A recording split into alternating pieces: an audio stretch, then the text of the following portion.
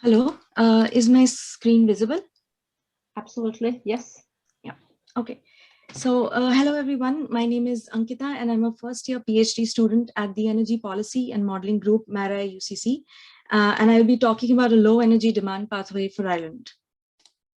So, energy consumption is the largest cause for greenhouse gas emissions in Ireland and in the rest of the world. Energy demand has been increasing continuously in the last century. And one of the major reasons for this is economic growth. So as shown in the figure, economic growth and energy consumption have been strongly coupled in Ireland. What this means is if this coupling continues in the future, demand will keep on growing with increasing GNI star. GNI star is modified gross national income. It is a better indicator of the macroeconomy of Ireland as compared to GDP. Energy demand determines the size of the total energy system, and an ever increasing demand would imply a growing energy system, which means that extra decarbonization efforts will be needed in order to meet Ireland's climate goals. So this being said, it is important to regulate the growing energy demand. And hence in this presentation, I will be talking about an alternate future scenario where the demand for energy is expected to decrease in 2050 from current levels. So mitigation pathways that are usually outputs of these energy models describe the future emissions that limit global warming. So current mitigation pathways are biased towards economic growth and technology fixes. They neglect the opportunity of reducing emissions through reductions in energy demands.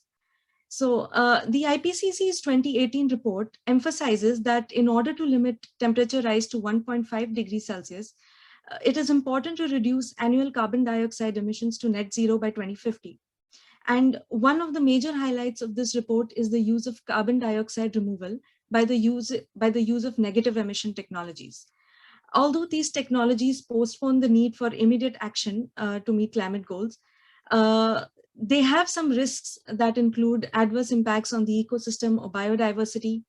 There is competition for land to produce food, and there are still concerns about their economic feasibility and safety.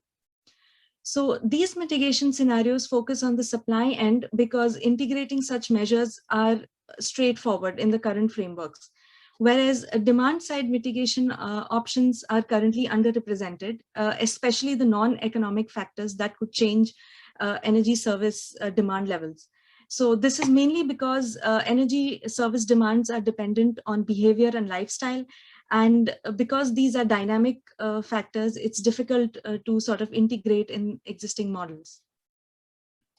So there is a consensus in literature that the demand side potential, there is a lot of potential in the demand side as well that can be used to meet climate goals without over-relying on supply side technological options. So since most mitigation pathways rely on novel fuels and technologies, reducing energy demand can reduce this dependency. Also, lower demand implies lesser need for biofuels and carbon dioxide removal, which in turn means less biodiversity loss, lower soil degradation, and more. It has also been noted that improving end-use efficiency has led to an economy-wide rebound effect, which means that the beneficial effects of new technologies have been diminished due to other behavior or systemic responses.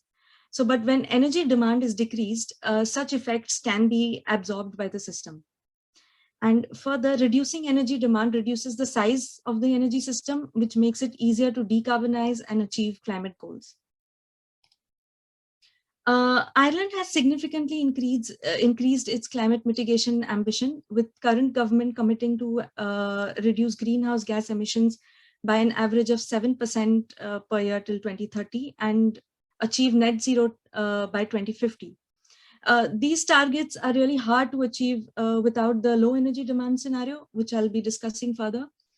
Also, there are many challenges that Ireland faces in order to meet these objectives. And firstly, about 34% of the emissions arise in the agriculture sector, which is a large part of the economy. So the emission profile from these sectors is very difficult to mitigate. Secondly, fossil fuels have more than 90% of share in transport and heating sectors. Also, currently, the settlement pattern in Ireland is very dispersed and the building stock is extremely inefficient. So this makes it even more difficult to achieve efficiency improvements or reductions in fossil fuel.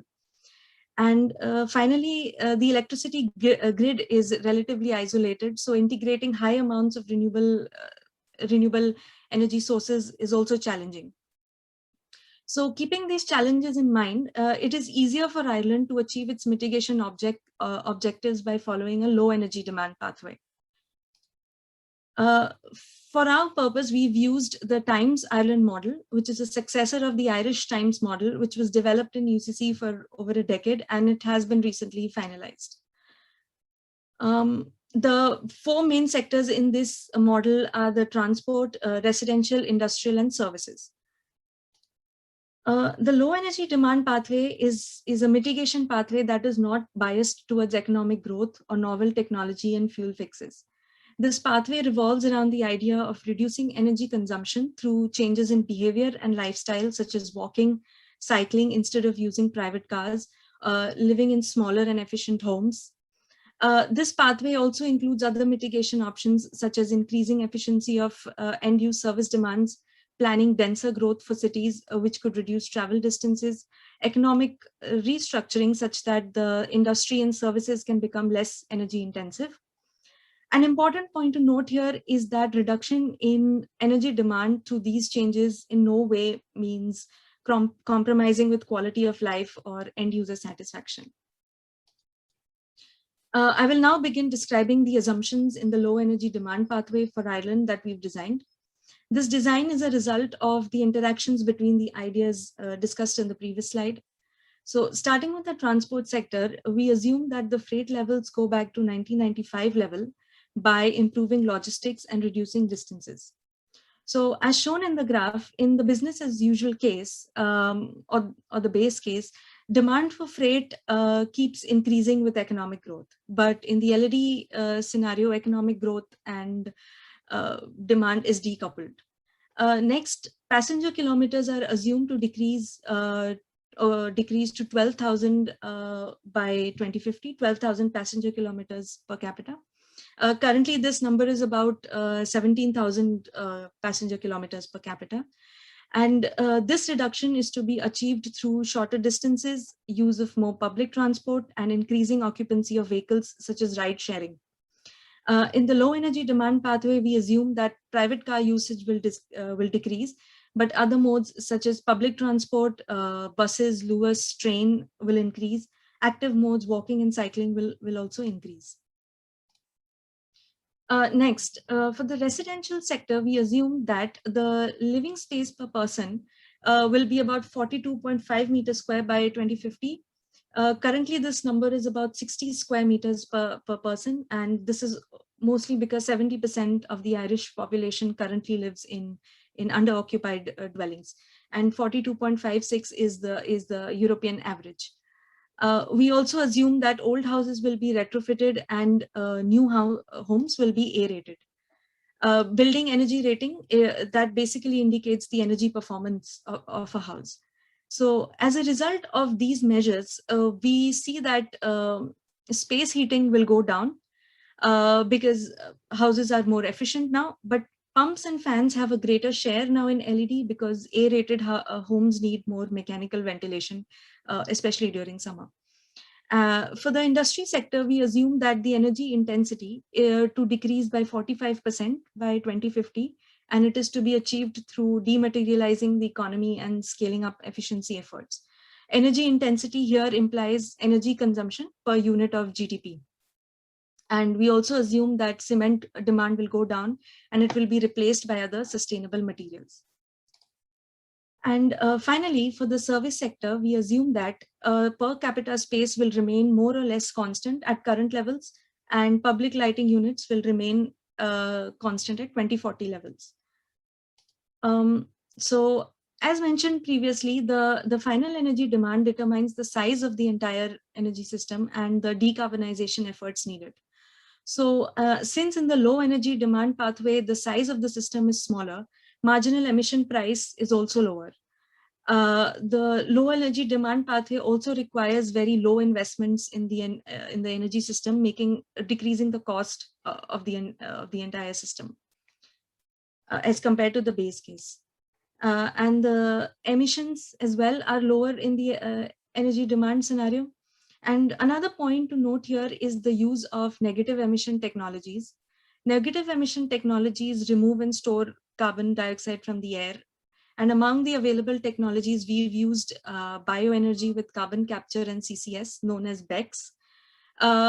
So the requirement of BECCS is also lower in the LED scenario, which is good for the system because BECCS is currently risky because it is not yet commercially developed. So not having to rely a lot on such novel technologies is better for the system to meet its climate goals. So finally, to conclude the presentation, the LED pathway is not too reliant on advanced technologies. Lowering energy demand allows easier decarbonization of the system. However, low energy demand pathway cannot just be achieved by expecting the larger part of the population to behave rationally, but it should be achieved through targeted and sector-specific and targeted policies.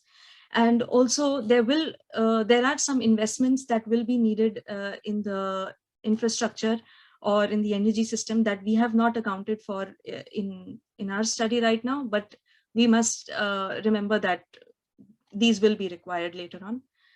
And the low energy demand pathway also has some additional co-benefits, which includes lower biodiversity loss due to lower BECCS, a smaller energy system, making it easier to meet climate goals, reduced lower air pollution because we assume the cities will be less congested now because of lower traffic, ensuring decent standard of living for all, healthier and better lifestyle for people, and better indoor quality because of retrofits and ventilation, just to name a few. So yes, thank you very much for your attention, and any questions or comments?